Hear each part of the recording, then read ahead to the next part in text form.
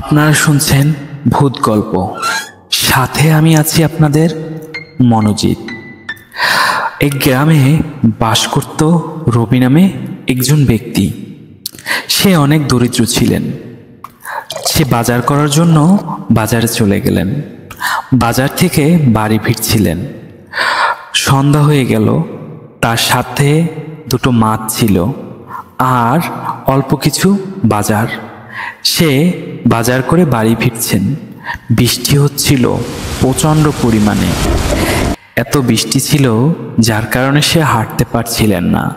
তাই সে একটি গাছের আড়ালে লুকিয়ে গেল। সেখানে একটু বৃষ্টি কম পড়ছিল, তাই সে একটি বিড়ি জ্বালিয়ে দিল আর সে অনুভব করতে লাগলো এখানে কেউ ছিল হয়তোবা। কিন্তু সে বিড়িটা জ্বালালো আর গাছের পেছন থেকে কেউ তাকে ডেকে উঠল, বলল, এই রবি, তুই তো মাছ কিনেছিস। মাছগুলো তো খুব সুন্দর দেখতে, আমাকে একটা দিবি? অনেক দিন হলো মাছ আমি খাই না। এই কথা শুনে রবি একটু ভয় পেল।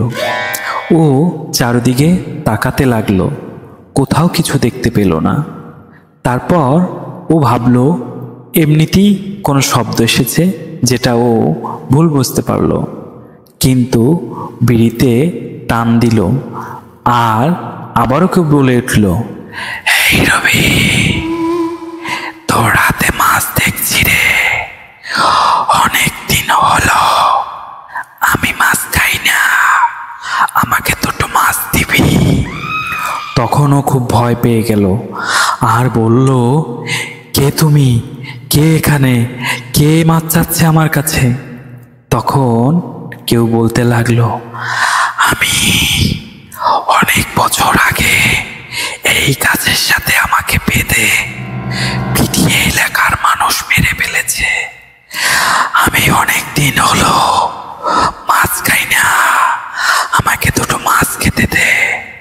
তারপর রবি ভয় পেল আর মাছ দুটো নিয়ে বাড়ি দৌড়ে পালালো। ওর বউকে নিয়ে বলল, তুমি তাড়াতাড়ি মাছ রান্না করো, আমাকে একটু জল দাও, আমি একটু জল খাবো। তারপর ওর বউ বলল, কি হয়েছে? ও কোনো কথার উত্তর না দিয়েই জল খেয়ে শুয়ে পড়ল। শুয়ে পড়ে চোখ বন্ধ করলো। চোখ মেলে তাকালে শুধু দেখতে পায় সেই বটগাছের নিচে ও দাঁড়িয়ে আছে আর কানে শুনতে পায়, এই রবি, তুই কি অনেক ভয় পেলি রে? এই রবি, তুই কি অনেক ভয় পেয়েছিস? তুই আমার মাছ খেতে দে, আমি মাছ খাবো রে। ও অনেক ভয় পেয়ে গেল। রবি ও পাতলা খেতা নিয়ে মুখ ঢেকে নিল আর ও বলতে লাগলো, আমাকে ছেড়ে দাও, আমি বাঁচতে চাই, আমাকে ছেড়ে দাও, আমি বাঁচতে চাই। তারপর ওর বউ এসে ওকে বলল কি হয়েছে। তারপর ও বলল, আমার মাছ আমি খাবো, আমি কাউকে মাছ দিব না, অনেক কষ্ট করে মাছ কিনেছি, এই মাছের ভাগ কাকে দেব? তারপর ওর বউ কোনো কথা বুঝতে পারল না। তারপর যেটা হলো তা চোখে দেখার মতন ছিল না। ও ওর হাত কামড়াতে শুরু করলো আর বলল, এই হাতেই তো মাছের গন্ধ, মাছের গন্ধ লেগে আছে, আমি আজকের হাতটাকেই খাবো। তারপর হাত কামড়াতে লাগলো। তারপর ওর বউ লোকজনদেরকে ডাকলো। তারপর সবাই এসে দেখলো নিজের হাত নিজে কামড়াতে শুরু করলো। তারপর বাড়ির পাশের এক বৃদ্ধ লোক ছিলেন, রহিম চাচা। সে বলল, ওর সাথে হয়তোবা প্রেতাত্মার দেখা হয়েছে, আমরা হুজুরের কাছে যাচ্ছি, হুজুরের কাছে না গেলে এই আত্মার মুক্তি হবে না। তারপর রফিক হুজুরকে নিয়ে আসলে। তারপর রবিকে বলল, হুজুর, এই রফিক, কি হয়েছে তোর? তুই তোর হাত কামড়াচ্ছিস কেন? তারপর রফিক উত্তর দিল, আমি রফিক না, আমি শামসু, চোরা শামসু। আমাকে এই গ্রামের মানুষ ধরে সবাই পিটিয়ে গাছের সাথে বেঁধে হত্যা করেছে। আমাকে মেরে ফেলেছে ওরা।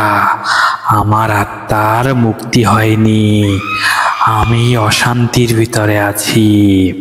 আমাকে পারলে তোমরা একটু শান্তি দাও। তারপর হুজুর বলল, কি হয়েছে তোর? আমার কাছে বল, আমি তোকে মুক্তি দেব। তারপর হুজুরকে বলল, আমি অনেক নিরাপদে ছিলাম, ভালো ছিলাম। আমাকে এলাকার মেম্বার চোর সাব্যস্ত করে পিটিয়ে হত্যা করেছে। আমি এই হত্যার বিচার চাই, আর আমাকে মুক্ত করে দাও। আমি খুব অশান্তিতে আছি। তারপর হুজুর পানি পড়া দিল আর রবির গায়ে মারল। রবি কিছুক্ষণ পর চোখ খুলে তাকালো আর বলল, আমি এখানে কেন? আমার কি হয়েছে? আমি বাজারে গিয়েছিলাম। তারপর ওর বউ সব কথা ওকে খুলে বলল। তারপর হুজুর বলল, ও কিছুদিন রেস্ট নেক, তাহলেই সব কিছু ঠিক হয়ে যাবে। ভিডিওটি কেমন লাগলো? যদি ভালো লেগে থাকে তাহলে এখনই সাবস্ক্রাইব করো, আর নতুন নতুন গল্পের জন্য এই চ্যানেলের সঙ্গেই থাকো। সবাইকে অসংখ্য ধন্যবাদ সাথে থাকার জন্য।